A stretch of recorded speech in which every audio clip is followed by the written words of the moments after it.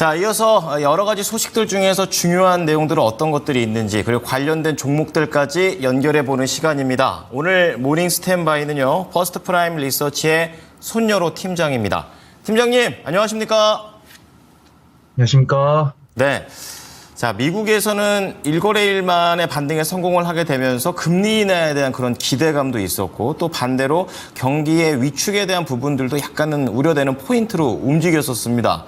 오늘 장 개장하기 전에 어떠한 투자 포인트로 접근하는 게 좋을까요? 네, 제가 오늘 한 줄 평을 천하제일 눈치대회라고 지어봤습니다. 이 천하제일 단타대회는 들어보셨을지라도 천하제일 눈치대회는 못 들어보셨을 겁니다. 근데 우리가 정말 저저번 주 월요일 정말 블랙 먼데이라는 걸 느꼈을 때 기술적 반등이 안 나온 건 아니거든요. 그래서 우리가 보통 어제 오늘 장세는 관심을 많이 두지만 주 단위 관심을 잘 안 두실 거예요. 그래서 이제 오늘이 목요일이고 이제 저번 주 월요일에 반등이 강하게 나왔죠. 그래서 저번 주 월화수목 같은 경우는 이제 기관이 전기전자 위주로 강한 수매수를 보여줬고 금요일 같은 경우는 전기전자를 비롯해서 주변 종목들까지도 골고루 주워 담는 모습이 보였습니다. 근데 이번 주 월화수목 같은 경우는 어떻죠? 일간 변동성이 크지 않습니다. 일간 변동성이 크지 않은 가운데 그 안에서 뉴스를 동반하는 종목들은 강세를 보여준 종목이 있기 때문에 우리는 눈치를 보고 있다. 물론 오늘 엔비디아가 이제 지수 대비해서 많이 반등을 했단 말이죠. 근데 예를 들어서 지수가 한 플러스 0.3%, 플러스 0.2%인데 만약에 엔비디아가 오늘 플러스 2% 이상 반등을 보여줬다고 한다면 확실하게 투자분들은 오늘 FOMC 의사록보다는 엔비디아에 대한 관심이 많은 것 같다라고 강하게 말씀을 드리고 했었는데 일단 FOMC 의사록도 의사록이지만 투자분들은 FOMC 의사록이랑 엔비디아 실적 발표 두 가지를 동시에 보고 있다. 그렇게 좀 판단해 보도록 하겠습니다. 그래서 안타깝게도 다음 주 이제 엔비디아 실적 발표 전까지 약간 개별 종목 장세. 근데 제가 개별 종목 장세라고 표현하지 않는 이유는 지수가 이제 박스권에 갇혀 있으면서 이런 모습이 나왔다고 한다면 개별 종목 장세다. 이렇게 말씀을 드리겠지만 자세히 보시면 지수는 저점을 높이고 있습니다.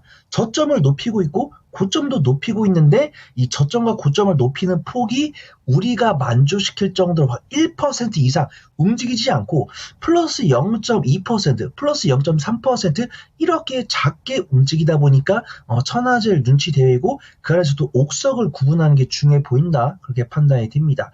일단 FOMC 의사록이 공개가 됐는데 이 50bp 이날 확률이 꽤 높아졌습니다. 29%에서 39%까지 올라갔어요. 저는 근데 사실 50bp 같은 경우는 그렇게 바라지 않습니다. 왜냐면은 이 기준금리가 50bp가 인하가 됐을 때는 약간 음모론자들이 이거 혹시 경기 침체가 온 것이 아니냐 이런 구실로 기술주들을 매도할 수가 있어요. 그래서 지금 보면 기술주들이 고점 대비 플러스 30%, 이제 저점에서 고점에서 저점까지 마이너스 40% 정도 낙폭을 보여줬다가 지금 저점 대비 플러스 15% 정도 반등을 했단 말입니다. 근데 기준금리가 25bp가 인하가 되면은 여기서 충격이 없이 좀 재차 상승할 가능성이 높아 보여요. 근데 50bp를 인하하게 되면은 아무래도 바닥 대비해서 15% 올라왔다 보니까 이 15%를 가져가기 위해서 이러면 미국에 사실 경기 침체가 있는 것이 아니냐 이런 구실로 단기적인 차익실이 다시 나올 수 있다라고 저는 개인적으로 생각합니다. 근데 보통 이 기준금리 인하 폭이 점도표를 어긋나지 않기 때문에 기준금리는 25bp 인하할 가능성이 상당히 높고 그런다고 한다면 뉴욕 시장이든 국내 시장 같은 경우는 단기 차익도 마이너스 1%, 마이너스 2% 그친 다음에 추가적인 새로운 모멘텀을 찾아서 우상할 가능성이 높다. 그렇게 보고 있습니다. 제가 이제 국내 시장 같은 경우 어제 코스피도 플러스 0.3% 상승을 했는데 코스닥이 낙폭을 컸었죠. 코스닥이 한 마이너스 0.9%, 마이너스 1%까지 낙폭을 보여주었습니다. 근데 사실은 어제 유한양이랑 오스코텍, H1B가 없었다고 한다면 코스닥도 결국 코스피처럼 강보합권에서 마감하지 않았을까 그렇게 판단돼요. 그러면 제가 그 뒤에서는 제약바이오 같은 경우는 눌림목 공략을 해보면 좋겠지만 그 외에는 어떤 섹터를 공략을 해야 될지 말씀을 드릴 거예요. 그래서 저는 일단 어제 오바마 부부가 2일차에 등판하면서 이제 해리스 의원을 도와줬다. 이런 지지 발언을 했다 이런 뉴스가 나오면서 우크라이나 재건이나 이런 종목들이 강세를 보이는 모습을 보여줬고 이제 은별잉코도 앞에서 간단하게 말씀을 해주셨고 저도 뒤에서 반도체, 방산, 항공 이쪽에 대해서 말씀을 드릴 겁니다. 그래서 실적을 보여준 섹터는 분할 매수 관점으로 접근을 해보시면 좋을 것 같고 코로나19나 엠폭스, 제약바이오, 대왕고래, 우크라이나 재건 이런 종목들은 단기적인 관점으로 접근을 해보시는 게 좋을 것 같다. 그렇게 좀 말씀을 드리도록 하겠습니다. 네, 금리 인하를 앞두고 옥석 가리기는 필요하고요. 또 인하의 폭은 50이라는 B컷보다는 25bp가 적절하다라는 의견이십니다. 실적주들은 분할 매수, 테마주들은 단기 관점이다라고 얘기하시네요. 자, 그럼 본인 관심주 들어가 보겠습니다. 첫 번째 키워드는 어디인가요? 네, 첫 번째로는 하반기 실적과 시장을 책임져 줄 것으로 판단되는 반도체, 조선, 방산을 보도록 하겠습니다. 네. 자, 아무래도 하반기 시장이 좀 어렵다 보니까 제일 믿을 거는 기본으로 돌아가 실적밖에 없다. 이런 얘기들도 있습니다. 매력 포인트 잡아주시죠. 네, 우선 반도체랑 조선, 방산을 말씀을 드릴 건데 올해 하반기까지도 실적 향상에 대한 기조가 유지가 될 것으로 보입니다. 일단 은별 앵커께서도 앞에서도 말씀을 해주셨고 우리가 물론 분기 실적도 체크를 하지만 이 관세청이나 국세청, 산업통상자원부에서 발표하고 있는 수실동도 꾸준히 체크한단 말이죠. 근데 이 중에서도 반도체랑 조선, 방산의 하반기 수출 모멘텀이 꾸준히 지속될 것으로 전망이 됩니다. 물론 H현대, 미포가 영업이익이 64% 상향될 것이다 라고 보고 있고 저는 일단 매매를 잘하시는 분들께는 H현대, 미포 권해드려요. 이제 실적 컨센서스가 크게 향상이 된다고 한다면 변동성이 클 수 있다는 거죠. 근데 저는 매매를 잘 못하시는 분들도 안전하게 수익을 가져갈 수 있는 모멘텀을 말씀을 드릴 거기 때문에 변동성보다 좀 안정성에 초점을 맞출 겁니다. 이 반도체, 전기전자, 그 다음에 운수장비 이쪽들도 외국인과 기관에 정말 매일매일 꾸준한 러브콜은 들어오지 않아요. 외국인과 기관이 매수를 하다가도 매도를 하다가도 반복을 보여주고 있습니다. 근데 이 외국인과 기관의 매수와 매도를 결정하는 거는 시장에서 나오고 있는 매크로 변수죠. 외국인과 기관이 전기전자랑 운수장비 이런 것들을 매수를 하다가도 아래 공포, 어떤 경기 침체 이런 뉴스가 나오면 외국인과 기관이 매도를 합니다. 근데 다행인 부분은 이 매수를 하는 날이 많은 것은 물론이거니와 매도를 할 때 이 매도 금액이 매수 금액보다 많지 않기 때문에 외국인과 기관의 이 섹터를 향한 매수 금액은 점진적으로 증가하고 있다는 겁니다. 그 다음에 SK하이닉스랑 삼성전자, HD한국조선, 해양, 현대로템 제가 이 종목들을 탑픽으로 꼽아봤는데 이 전기전자랑 방산이랑 운수장비 중에서 폭발적으로 우상향을 하는 기업은 없습니다. 그렇기 때문에 이런 모멘텀이 부각되고 기준금리 인하라든가 업황에 대한 불확실성이 제거됐을 때는 외국인과 기관의 폭발적인 매수세가 들어올 수 있기 때문에 우리는 선점을 해야 된다 그렇게 보고 있습니다. 수익동향을 보면은 반도체 같은 경우는 18.5% 증가했다고 나와 있지만 45% 정도 증가를 했고요.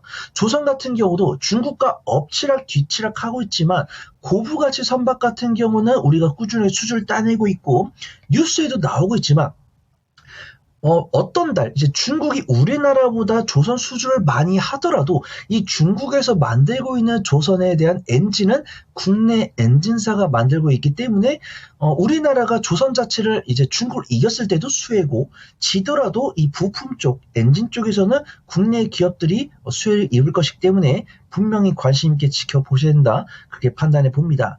그 다음에 방산 쪽으로 넘어가면은 현대로템이라든가 LIG 넥스원이라든가 한국항공우주라든가 이런 종목들이 각각 전차, 미사일, 전투기 이런 부분에 따라서 향후 1년 2년 유럽, 폴란드나 스웨덴 이쪽으로의 수주가 꾸준하게 지속이 되고 있습니다. 그래서 이 관련 종목들이 실적이 정말 강하게 나올 때는 퍼가 많이 올라갔었습니다. 그래서 SK하이닉스도 이제 제가 탑픽으로 SK하이닉스, H한국조선해양, 현대로템을 말씀을 드릴 건데 이 종목들의 공통점이 있어요.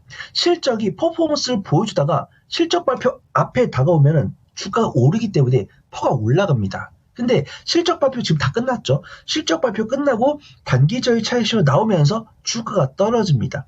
실적 퍼포먼스는 올라가는데 주가는 떨어지면 당연히 주가 수익 비율인 펀은 떨어지겠죠. 그러면 이때 사셔야 된다는 겁니다. 근데 제가 요 말씀을 드리는 요 세 종목을 오늘 당장 산다고 해서 내일 바로 수익을 내는 것이 아닙니다. 요 종목들은 한 일주일에서 2주일 정도 분할 매수를 하신 다음에 이제 2분기 실적 발표 끝나고 3분기 실적 발표가 언제죠? 10월 중순과 11월입니다. 그럼 내가 지금 8월 중순 매수를 해가지고 약 2주 정도 분할 매수를 해가지고 약 한 달 정도 보유한다 했을 때 3분기 실적에 대한 기대감이 있을 때는 외국인과 기관이 강하게 사줬을 때는 기대 수익률을 10에서 15% 이상 가져갈 수 있다라고 판단되고 있고요. 올해 하반기 내년 상반기까지도 실적 퍼포먼스가 유지가 될 것이기 때문에 실적 발표를 앞두고 샀다가 실적 발표 전후로 매도했다가 실적 발표하고 나서 단기 차익이 나왔을 때 그때 다시 산다고 한다면 내가 정말 이 어려운 주식시장 속에서도 쉽게 수익을 낼 수 있는 종목으로 판단된다. 이렇게 판단되고 있고요. 이상 현대로템 같은 경우는 외국인과 기관이 강한 순매수가 들어오기 때문에 현대로템을 가장 먼저 관심을 두셔야 되고 HD한국조선해양과 SK하이닉스는 외국인과 기관이 사는 날이 있고 파는 날이 있습니다. 그래서 음봉이 나오는 날 매수하셨으면 최고 베스트인데 그런 것들이 어렵다고 한다면 약 1주에서 2주 정도 나눠서 분할 매수해 보시는 게 안전해 보인다. 거기 좀 소개를 드리도록 하겠습니다. 네, 안전성에 초점을 맞춰서 세 가지 종목 말씀해 주셨습니다. 자, 두 번째 키워드는요? 네, 두 번째 키워드는 정말 악재밖에 나오지 않고 있지만 그 중에서도 한 줄기 희망이 살짝 나오고 있고 그 한 줄기 희망을 외국인과 기관이 긍정적으로 봐주고 있는 2차전지 봐보도록 하겠습니다. 이제 바닥이냐라는 그런 얘기들도 또 나오는데 우리 또 학습했던 게 있어가지고 불안합니다. 어떻게 봐야 될까요? 네, 2차 전지를 만약에 제가 2주 전에 다뤘다고 한다면 바닥일 가능성이 33%다라고 말씀을 드리겠지만 현재 위치로 봤을 때는 50%는 바닥을 잡은 것 같습니다. 근데 이 50%에서 조금 더 확신을 주기 위해서는 업황 개선이 필요할 것 같아요. 그래서 업황 개선에 대한 기대감이 보이면 제가 말씀을 드릴 건데 업황 개선에 대한 기대감이 조금은 나온 것 같습니다. 차근차근 하나 말씀을 드리도록 하겠습니다. 일단은 2차 전지에 대해서는 악재밖에 안 나와요. 일단은 판매 동향도 줄고 있고 배터리 판매 단가나 리튬 판매 단가 이런 것들이 반등이 안 나오고 있습니다. 근데 악재가 너무 많아요. 지금 미국과 중국 간에 유럽 간에 어떤 전기차를 둘러싼 관세 문제, 그 다음에 화재 문제. 요거는 제가 뉴스를 봤는데 요거는 팩트 체크가 조금 필요할 것 같습니다. 이 벤츠에서 화재가 난 배터리는 사실 중국산인데 이 화재를 통틀어서 이 제조사들을 확인해 봤을 때는 국내 배터리사가 많다라고 합니다. 그래서 저도 요거는 조금 팩트 체크를 해야 될 것 같고 요게 사실이면은 조금 실망스러울 것 같아요. 그래서 한 화재가 50건 정도 나왔는데 중국산은 한 10건 정도, 그 다음에 뭐 미국산도 한 10건 정도, 30건 정도가 국내산이라고 합니다. 그래서 이런 부분들 좀 팩트 체크가 필요할 것 같아요. 근데 저는 사실 이런 이야기를 좀 안 좋아합니다. 악재가 낭자할 때 사야 된다? 떨어지는 칼날을 사야 된다? 이런 이야기 되게 안 좋아하는데 분명히 악재밖에 없는데 여기서 국내 기업들이 포기라는 것이 아니고 이런 위기를 이겨내려는 움직임이 보이고 있고 그런 움직임을 외국인과 기관이 동참을 하고 있기 때문에 우리는 봐야 된다 이렇게 보고 있습니다. 이렇게 화재가 나오면서 우리가 주목을 받고 있는 게 BMS입니다. 배터리 관리 서비스죠. 근데 이 배터리 관리 시스템에서 LG 에너지 솔루션이 가장 많은 특허를 갖고 있고 LG 에너지 솔루션 입장에서도 이 과충전으로 인한 화재 가능성이 어느 정도 임계치에 왔을 때 투자자들한테 이제 구매자들한테 알려줄 수 있는 이런 경보 시스템을 가장 집중을 하겠다 이렇게 발표를 했습니다. 그래서 물론 뭐 소 잃고 외양간 치는 것이냐 이렇게 볼 수 있겠지만 이런 노력을 하는 것 자체는 좀 이쁘게 봐줘야 된다라고 판단하고 있고요. 덕분에 이런 이슈가 나왔을 때 LG 에너지 솔루션 같은 경우는 거의 8월 12일부터 거의 일주일 넘게 외국인의 순매수가 유지가 되고 있고 어제 특히 외국인과 기관의 강한 순매수가 들어왔습니다. 지금 2차 전지를 보시면서 아니 외국인과 기관은 수익이 나지 않겠냐라고 볼 수 있겠는데 사실 공매도가 지금 안 됩니다. 공매도가 안 되고 있기 때문에 이 우하향 추세를 보여주는 주가는 결코 외국인과 기관들한테 수익이 안 됩니다. 그래서 저는 2차 전지를 봤을 때 외국인과 기관은 수익을 못 보고 있다. 이렇게 저는 보고 있고요. 수익을 못 보고 있는데 지금 LG 에너지 솔루션과 에코프로를 보면은 외국인의 보유 비중이 늘고 있습니다. 그러면 이렇게 생각해 볼 수 있는 거죠. 아니, 외국인과 기관은 2차 전지로 수익을 못 보고 있는데 왜 사는 것이냐. 외국인과 기관은 결국 2차 전지를 중장기적인 관점으로 보고 있고 악재가 나온 것은 맞지만 이런 배터리 화재를 두고서 특허를 제일 많이 갖고 있고, 그 다음에 이런 BMS 관련해서 이제 소프트웨어 사업을 본격화하기 때문에 국내 2차 전지가 점유율을 개선시킬 가능성이 높다. 그렇게 보고 있습니다. 그 다음에 앞에서 이제 은별 앵커도 이야기를 했지만, 현대차랑 기아가 전 세계 점유율도 증가를 하고 있고, 물론 현대차, 기아가 만들고 있는 전기차 중에서 중국산 배터리를 쓰고 있는 경우가 많지만, 국내산 배터리들도 많이 쓰고 있습니다. 그렇기 때문에 현대차랑 기아가 세계에서 점유율을 키워주고 테슬라 같은 경우도 유럽향 관세를 9% 이제 고정이 됐을 때는 테슬라에 납품을 하고 있는 LG 에너지 솔루션 밸류체인은 그 낙수 효과를 얻을 수 있다라고 판단됩니다. 그래서 저는 LG 에너지 솔루션과 에코프로 같은 경우는 당연히 단기 관점보다는 스윙 이상의 관점으로 접근하는 게 맞다라고 판단되고 있고요. 제가 드라이빙을 지금은 단기 관점으로 보시는 게 맞고, 드라이빙을 걸기 위해서 제가 업황 개선을 확인을 해야 되고, 업황 개선이 확인되면 제가 우리 시청자분들께 말씀을 드리도록 하겠습니다. 그 다음에 단기적인 관점으로는 전고체를 봐야 될 것 같습니다. 우선은 뭐 BMS 이런 것들이 약간 허무맹랑하게 보일 수 있겠지만 배터리 화재에 초점을 맞춘다고 한다면 안정성을 갖고 있는 전고체를 봐야 되고, 뭐 이수 스페셜티 케미컬이나 한노화성 이렇게 전고체 배터리 소재에 접근하고 있는 종목들은 시세가 많이 나왔습니다. 그렇기 때문에 내가 전고체 배터리를 보고 싶은데 상대적으로 안전한 종목 없을까요? 라고 하신 분들은 장비주 보시면 좋을 것 같고, 장비주 중에서는 CIS가 안전해 보이고 하반기 실적 모멘텀도 있고 외국인과 기관의 수급이 계속 들어오고 있으니까 유심히 지켜보시면 좋을 것 같다 말씀을 드리도록 하겠습니다. 네, 자, 두 번째는 2차 전지와 관련해서 봐야 될 세 가지 종목에 대해서 말씀을 해주셨습니다. 자, 그러면 팀장님께서 보고 계시는 관심주 들어보겠습니다. 핵심만 부탁드릴게요. 네, 저는 대한전선 보려고 합니다. 제가 첫 번째 이슈 포인트에서 우크라이나 재건 이야기가 나왔죠. 근데 참 재밌습니다. 이제 이전 대통령이나 어떤 고위 간부들께서 이제 해리스 대선 후보를 지지해준다는 이야기 나올 때 우크라이나 재건 이야기가 나왔단 말이에요. 근데 우크라이나라고 검색을 해보시면은 아직도 전쟁이 꾸준히 나오고 있습니다. 지금 일진일퇴를 하고 있어요. 우크라이나 러시아 사이. 근데 투자분들께서는 우크라이나 재건, 미국 대선의 이런 향방에 따라서 우크라이나 재건 기대감이 상당히 높다 이렇게 보고 있는 것 같습니다. 그래서 뭐 HD 현대 건설기계나 뭐 현대 에버다임 이런 종목들이 강세를 보이는데 이 전선 관련 종목들이 우크라이나 재건에 뛰어든다 이런 이야기가 나왔어요. 그러면 그 전선주 중에서도 안전한 실적을 갖고 있는 종목이 무엇일까라고 보신다고 한다면 대한전선을 보면 좋을 것 같습니다. 대한전선이 이번에 상반기 실적을 발표했는데 영업이익이 662억 원을 기록을 하면서 전년 동기 대비 실적이 59% 증가를 했습니다. 그 다음에 수주가 2조가 넘게 남아 있습니다. 수주 잔고가 2조가 있다라는 거죠. 그래서 대한전선 같은 경우는 연간 매출액이 이제 약 1조 6천억을 기록을 하고 있는데 수주 잔고가 2조라는 것은 1년 반, 2년 가까이 수주가 남아있다라는 거예요. 그래서 향후 안정적으로 1년 반은 실적이 안정적으로 나올 수 있다라는 겁니다. 그래서 지금 보면은 대한전선이 만들고 있는 고압 케이블이 베트남, 남아공, 미국, 유럽, 중동 등의 다양한 해외 시장을 보유를 하고 있기 때문에 우크라이나 재건이 진행이 됐을 때는 동남아나 미국선을 갖고 있는 매출선을 갖고 있기 때문에 우크라이나 재건에 참여할 가능성이 높다 이렇게 보고 있습니다. 지금 전선주 중에서 대한전선 같은 경우 기술적 위치가 상당히 괜찮다라고 보고 있고요.